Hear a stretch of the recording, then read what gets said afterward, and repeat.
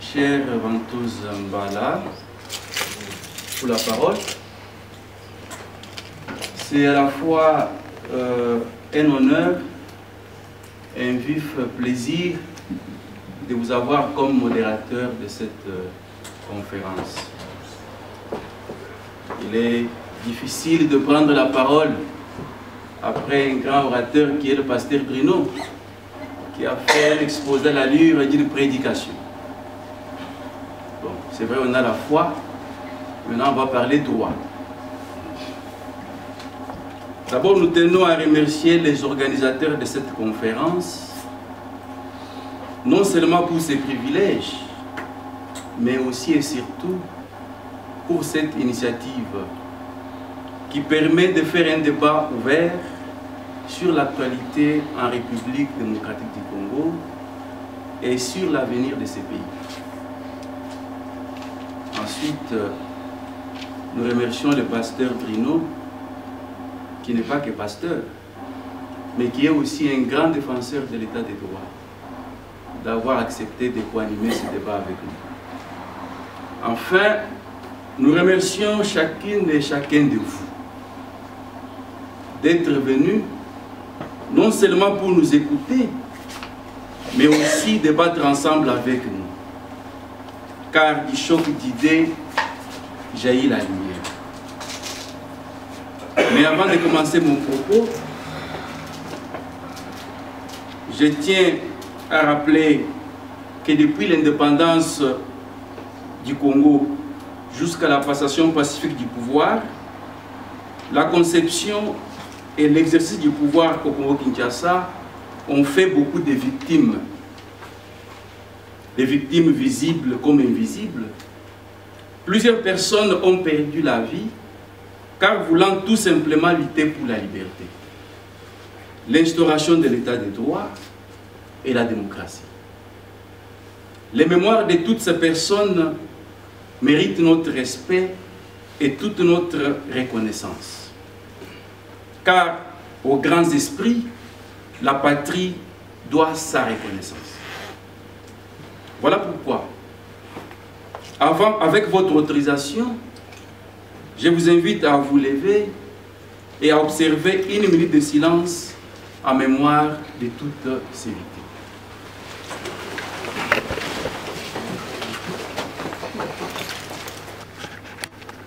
Merci.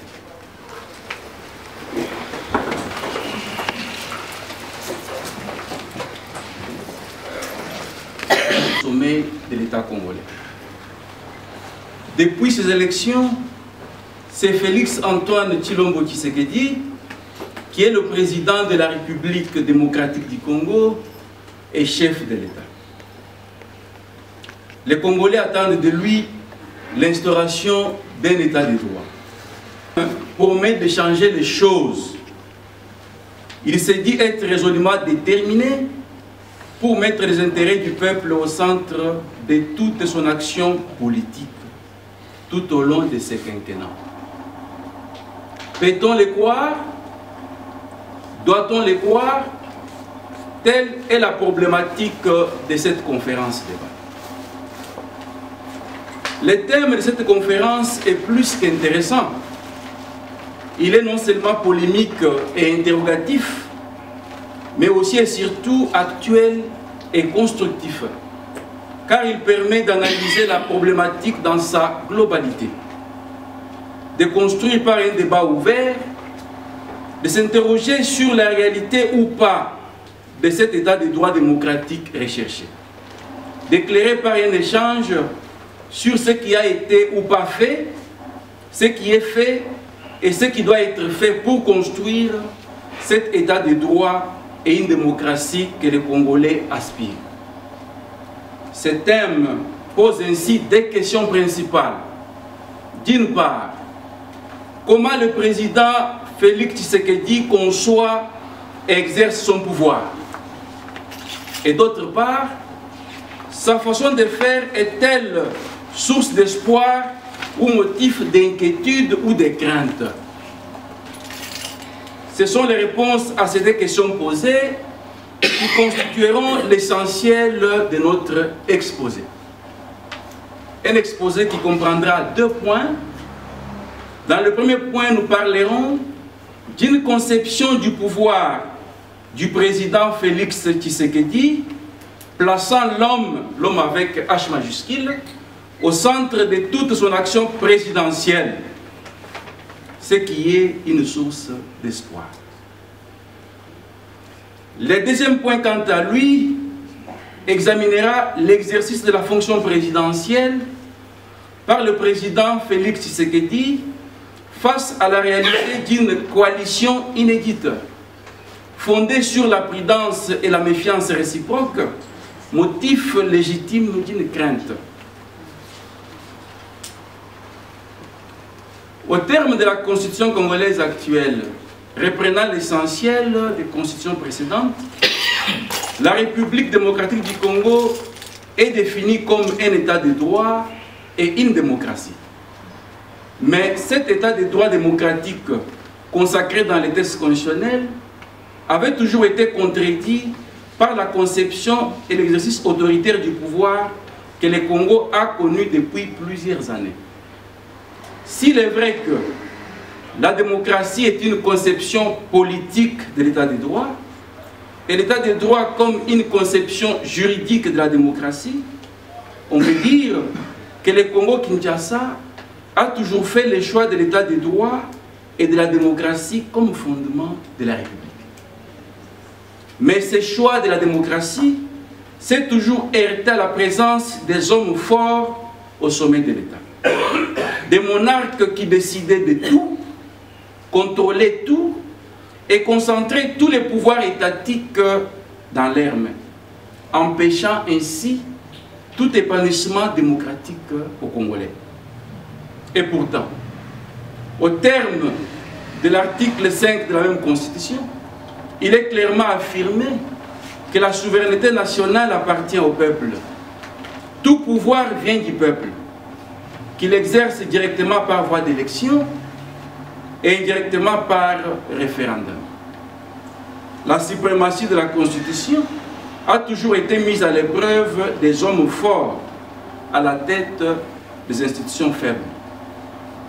La République, comme la chose de tous, a toujours été considérée par les gouvernants comme un fief personnel et un bien privé n'appartenant qu'au seul chef de l'État, héritant et perpétuant ainsi la conception que Léopold II se faisait de l'État indépendant du Congo.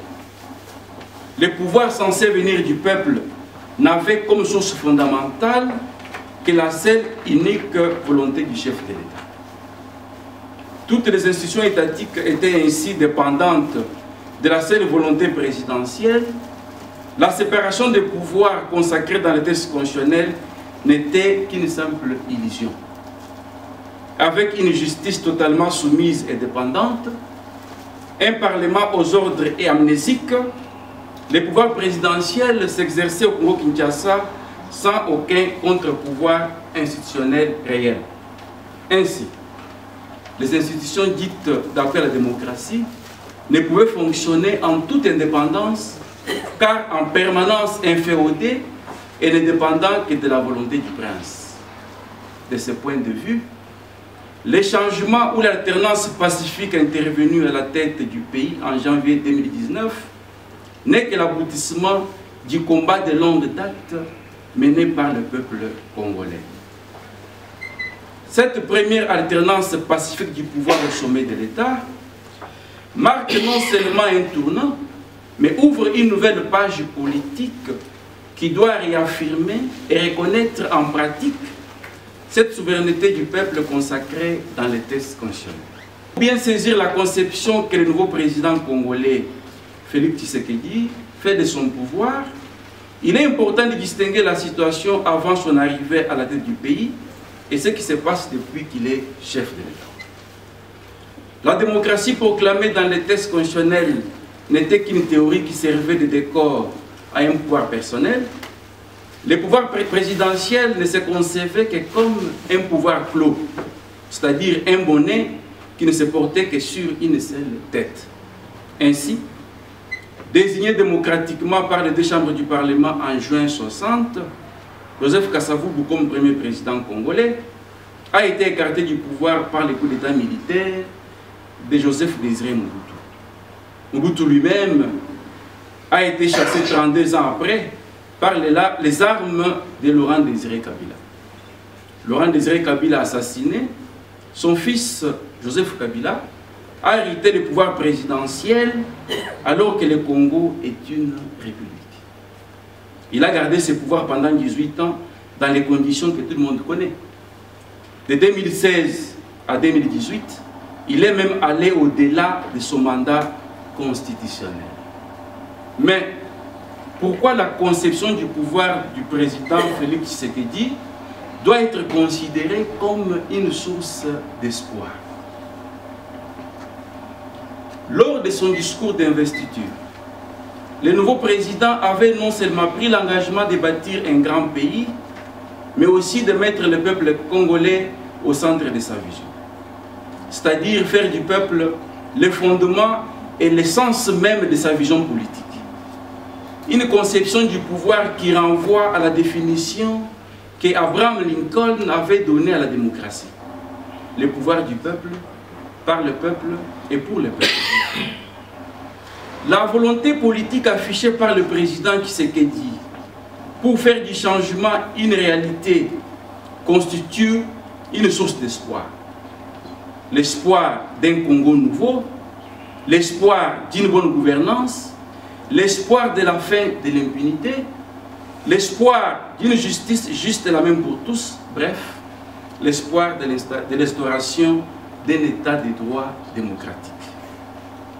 Un changement qui doit logiquement être l'affaire de tous, car le président seul ne peut tout changer.